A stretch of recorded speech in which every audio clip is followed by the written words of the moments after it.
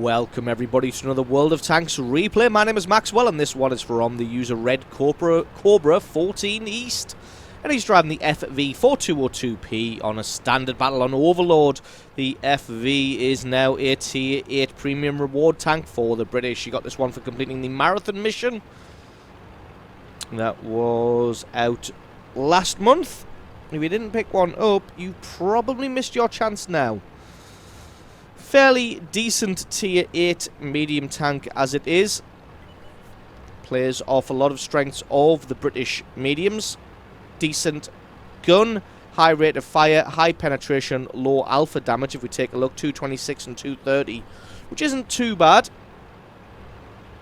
This thing is decently mobile, but not fantastically so.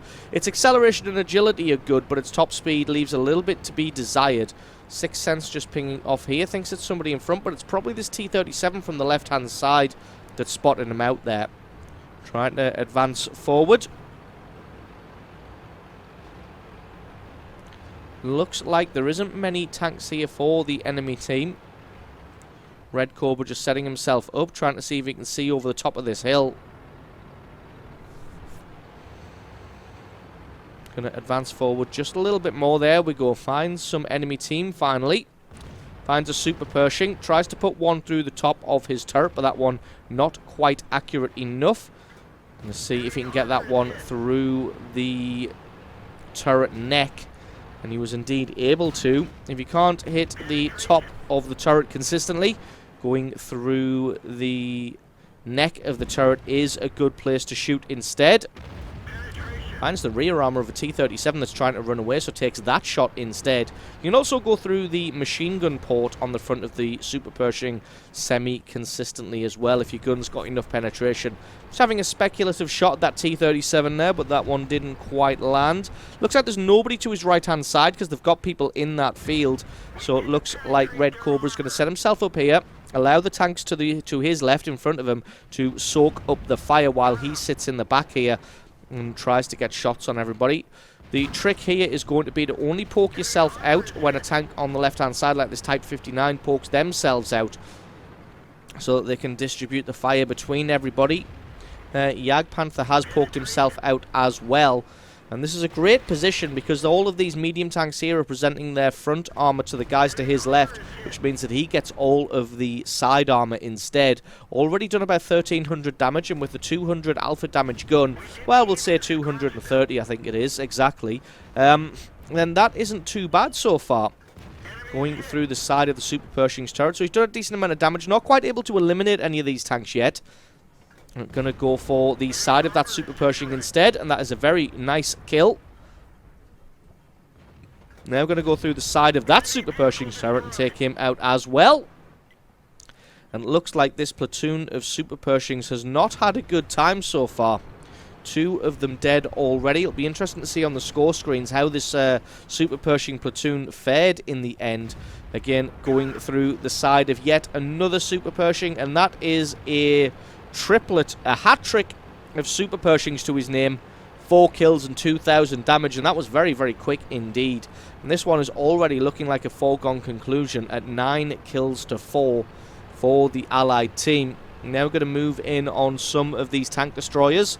As you can see, a lot of people still going beach on this map for some reason. I haven't quite figured out why people think that's a good idea, because from the beach there is very little you can do to affect the outcome of a game. All you can really do is affect the outcome of the beach, and even if you win the beach, the rest of the enemy team up on the top here could just very, very easily get to you and put an end to your rampage. So, public service announcement, Overlord map, do not go beach.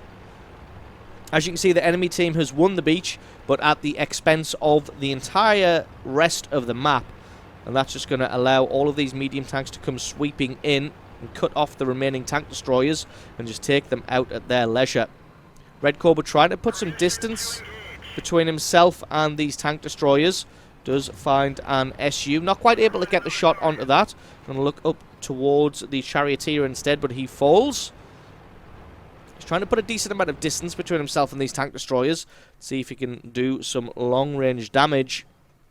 He's trying to track this T-28, so decides to go and look towards the Rheinmetall. But again, Rheinmetall Is he on the beach or is he stuck in the rocks there?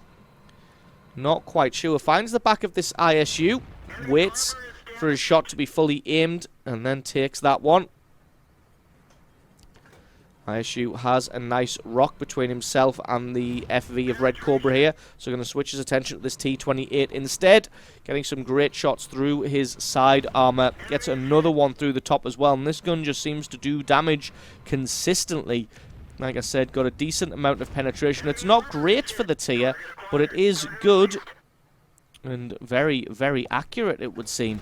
Can he land this last shot on the T28? He can indeed. I think that one was more luck than skill, as that was a laser accurate shot. The first of the two Rheinmattels falls, and that just leaves one Rheinmattel for the enemy team. Everybody smells blood in the water. They're gonna disperse out and try and find this last Rheinmattel. Probably going to be on the beach. We'll just speed this one up a little bit until we get into the action. Like I said, at the expense of the rest of the map, the enemy team did win the beach, but now the allies have just got all day to come in on this Rheinmattel at their leisure. AMX CDC moving around onto the beach, and he gets taken out by the Rheinmattel, who is camping on this far left-hand side. So he did manage to drive all the way along the beach in this time. And that Rheinmattel only has 580 health left, and you can see Red Cobra has almost 1200, so he can just afford to face tank through any damage that the Rheinmattel is going to kick out. It would be nice to deny this Rheinmattel any damage though. And that shot missed.